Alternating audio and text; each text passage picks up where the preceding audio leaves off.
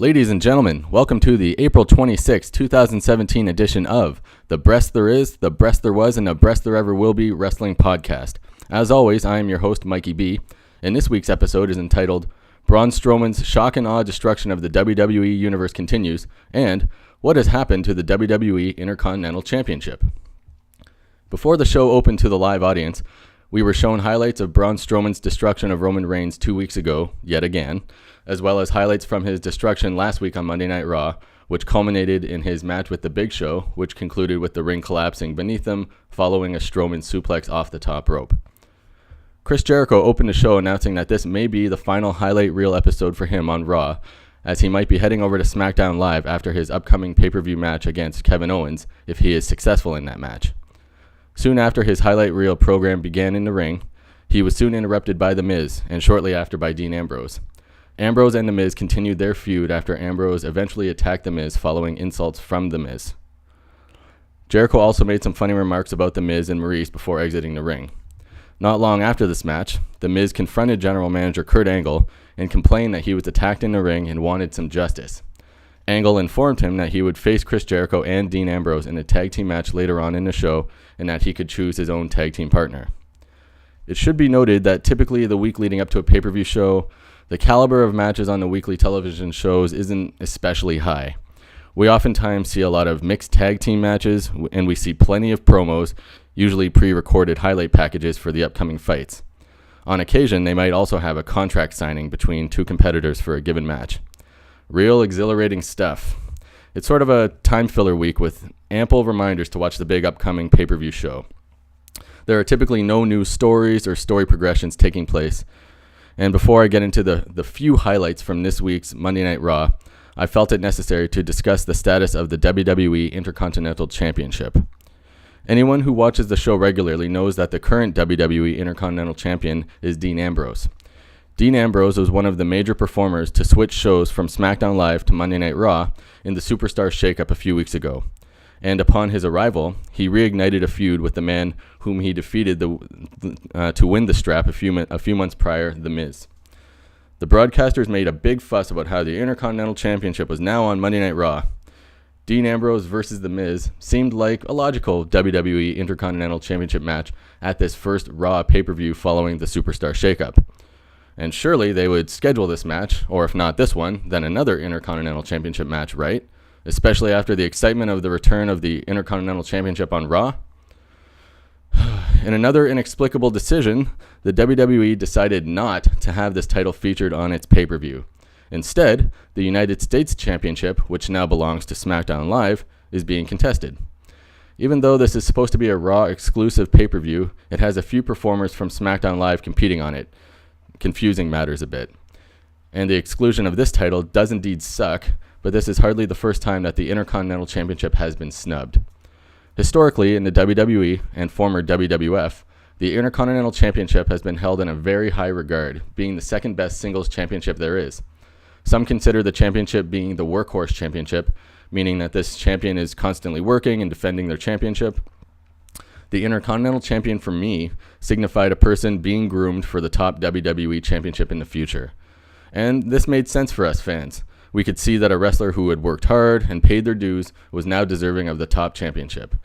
And for many years, there was a time when there were only 3 championships regularly in competition: the WWE Championship, the WWE Intercontinental Championship, and the WWE Tag Team Championships. When you held one of these titles, it definitely meant something. This was also during a time when there wasn't a women's division in the WWE. Even when the WWE added a few more championships during the Attitude Era, like the now defunct European Championship and Hardcore Championship, and a women's title, there was still a very clear hierarchy for these titles. Before they became huge headliners during the Attitude Era, Stone Cold Steve Austin, The Rock, and Triple H all fought for and won the Intercontinental Championship prior to getting their shot at the top championship. Somewhere along the way, perhaps Vince McMahon and his creative team felt bored with the Intercontinental Championship, and even in the story, deactivated it before bringing it back a year later. Even since its return, it has been a tumultuous time for this title, sometimes featured prominently on an important event, and sometimes, like at WrestleMania 33 earlier this month, relegated to a pre-show match, or being left off the card altogether. It's not the Intercontinental Championship's fault. The real problem now is that there are way too many championships in the WWE, and that we don't know the order in which they are now ranked. We have 2 top world championships being the WWE Championship and the WWE Universal Championship. There are 2 secondary championships being the WWE Intercontinental Championship and the WWE United States Championship. There are 2 women's championships, 2 tag team championships, and a cruiserweight championship. Did you lose count? Good, because that is way too many damn championships.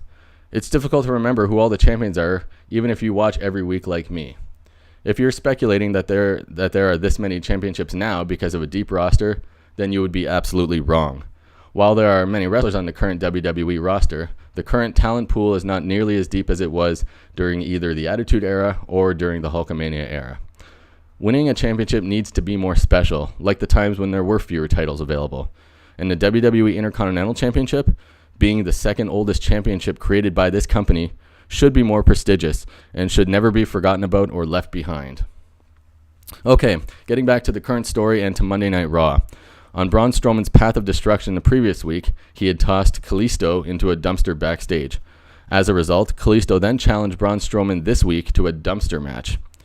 Much to everyone's surprise, Kalisto was victorious in the match, though you wouldn't want to describe Strowman as being defeated. The loss only seemed to anger the giant wrestler more, as he pummeled Kalisto, threw his carcass in the dumpster, and then proceeded to push the dumpster up the ramp before shoving it off the platform. All the while, Kalisto was laying inside. I must say that they've really pulled out all the stops these past 3 weeks for Braun Strowman, making him appear almost indestructible while he's wreaked havoc in the WWE Universe.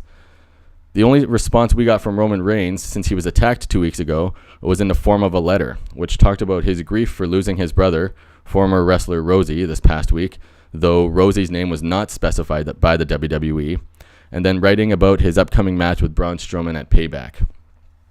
The main event of Monday Night Raw was the tag team match with Chris Jericho and Dean Ambrose against The Miz and his partner. There was a lot of mystery throughout the whole show about who it would be, and when the match began, his partner was nowhere to be seen. During the match, though, we all discovered that Bray Wyatt was his secret partner as they proceeded to beat up their opponents before Bray turned on The Miz to attack him. The match ended as a no contest. Moving on to SmackDown Live, there were more interesting storyline developments here than there were on Monday Night Raw, as most of this roster is not scheduled to appear on the weekend's pay-per-view.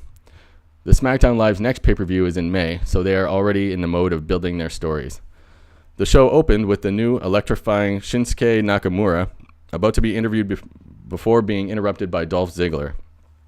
It appeared that this is turning into a feud between these two, and it also appears that Ziggler will soon reprise his latest role as the veteran jobber.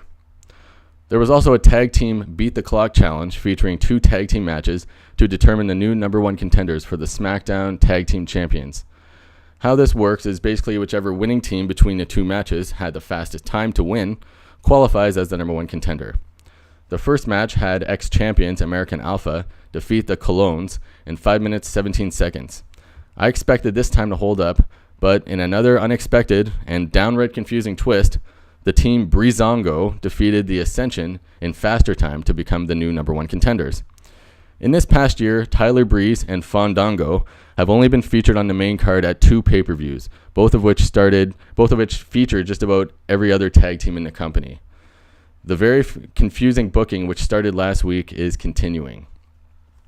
Another unusual moment in the show occurred when Rusev was filmed expressing his dislike for both Daniel Bryan and Shane McMahon, the general manager and commissioner of SmackDown Live, respectively, before saying that if he doesn't get a title shot at Money in the Bank pay-per-view event, then he will probably leave SmackDown Live.